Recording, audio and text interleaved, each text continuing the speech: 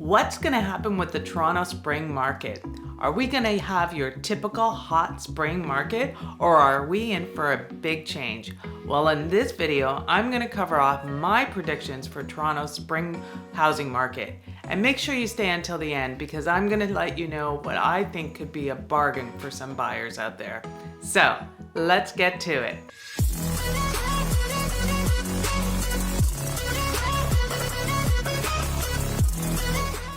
Hi everybody, my name is Connie Sarvanandan and I'm a real estate agent and investor here in Toronto and the GTA.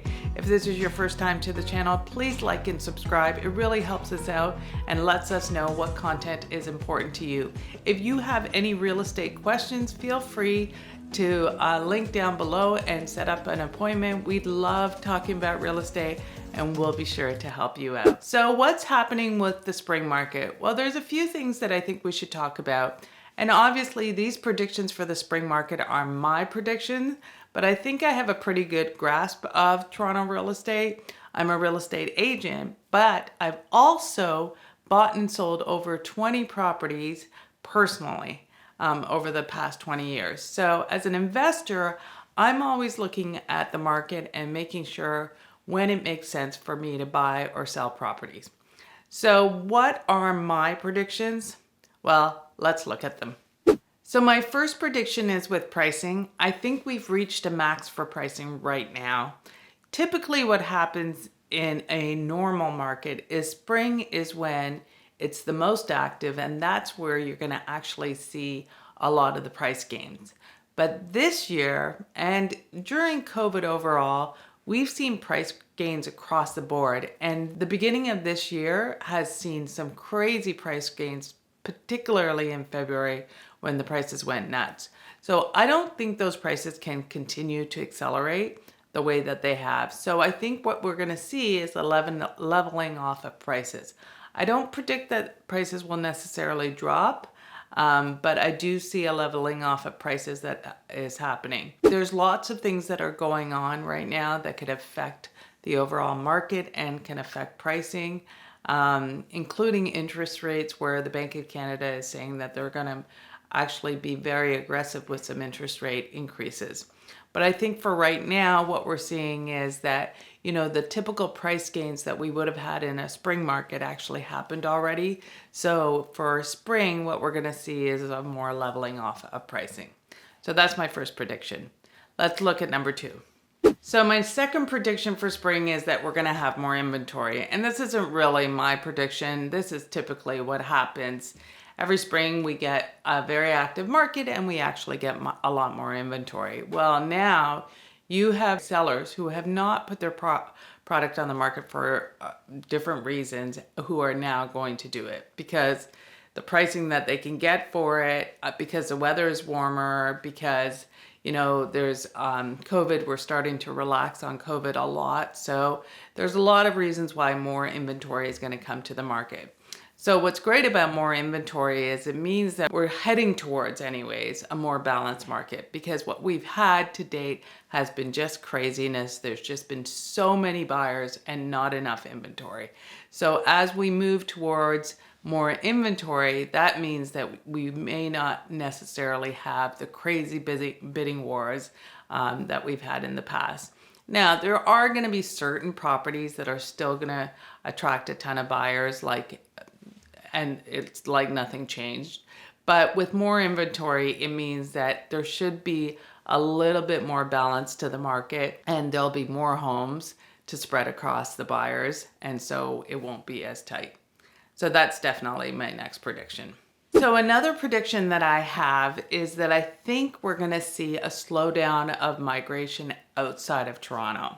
So what happened during the pandemic was that there was a lot of people who were selling their Toronto places, getting a lot of money for them and moving to the suburbs because, they could get more space, and they needed more space because they were working from home and they needed home offices, and the kids were at home during COVID. And it just made a lot of sense. Now that, COVID is changing and offices are starting to open back up and people are going back into the office, they may not be going back into the office full time, but they're certainly going for a day, 2 days a week. So I think that's going to stop people who haven't moved to the suburbs from doing that now in the same way that they were doing it during COVID. I think some of those people may consider moving back to the city. I don't necessarily know that's true. It's only going to happen if people have to come in every day. And with gas prices the way that they are, then there's going to be some financial strain there. But otherwise, I'm finding with most people I know who are going back to work, it's not a full-time thing. They have to go into the office 1 or 2 times a week. I just think the migration out of Toronto won't be as strong anymore because there isn't that need to do it as we had when we had COVID. And then I have one more prediction. So my last prediction is something that I think buyers should really be aware of. And I think that is, there's always these little lulls in the marketplace where what you'll see is just a slight little slowdown, and it doesn't last for a long period of time, but it does happen, and it doesn't happen across the board. But I think that's when it's gonna happen this spring, is that, you know, we're gonna see more inventory come to market, the weather's gonna get warmer, the COVID restrictions are lifting, and so people won't be laser focused on just housing. You know, during the pandemic, housing was such a big thing because we were all stuck inside. We all had to, you know, make do. And so housing just was like the most important thing. Now we can start taking vacations and all these other things.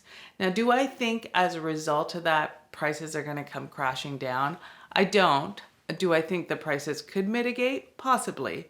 Toronto housing has been fairly resilient, and every time I think the prices can't get any worse, it does. So I wouldn't bank on it, but what I would say is there's always a little lull, and when you see that lull, that's the best time to take advantage of an opportunity. So I will give you a perfect example for myself personally. We were looking for an investment property at Yonge and Eglinton in Toronto. And in October, there was a little bit of a lull. And we found this property that had been on the market for a month, and we actually bought it under asking. It was a semi. It was the original owners who took great care of it, but they hadn't updated it. And so we got this property under asking. We took it over, we renovated it, and now we're renting it out. But it's now worth significantly more than what we bought it for, even though we only bought it in October 2021. So that was an opportunity because there was this little lull. And I would say that as buyers, you guys should also be looking for that little lull to see if there's, you know, opportunities for properties that may not like attract a ton of buyers. That may be the opportunity for you to buy something. And then if you're a seller, I still think spring is always a good time to sell because that's where you're going to get the most amount of buyers. Buyers are always looking in spring. A lot of it is driven by families because families want to buy in the spring so they can move in the summer so that the kids can start school in September. So it's still going to be a good time for both buyers and sellers, but I do think that there's going to be this opportunity to look out for bargains in this marketplace. So that's it. Again, these are all my predictions. Nobody knows what's going to happen with the real estate market. If we did, we would all own a ton of properties right now. But that said, I would love to get your feedback on what you think about my predictions and if you agree or disagree. So make sure you make a comment below. And if you have any questions, feel free to reach out, call, text, email, or WhatsApp, and we'll be sure to take care of you. The link for our calendar is down below, so feel free to make an appointment. We love answering questions. My name is Connie Sarvanandan. Thanks for watching.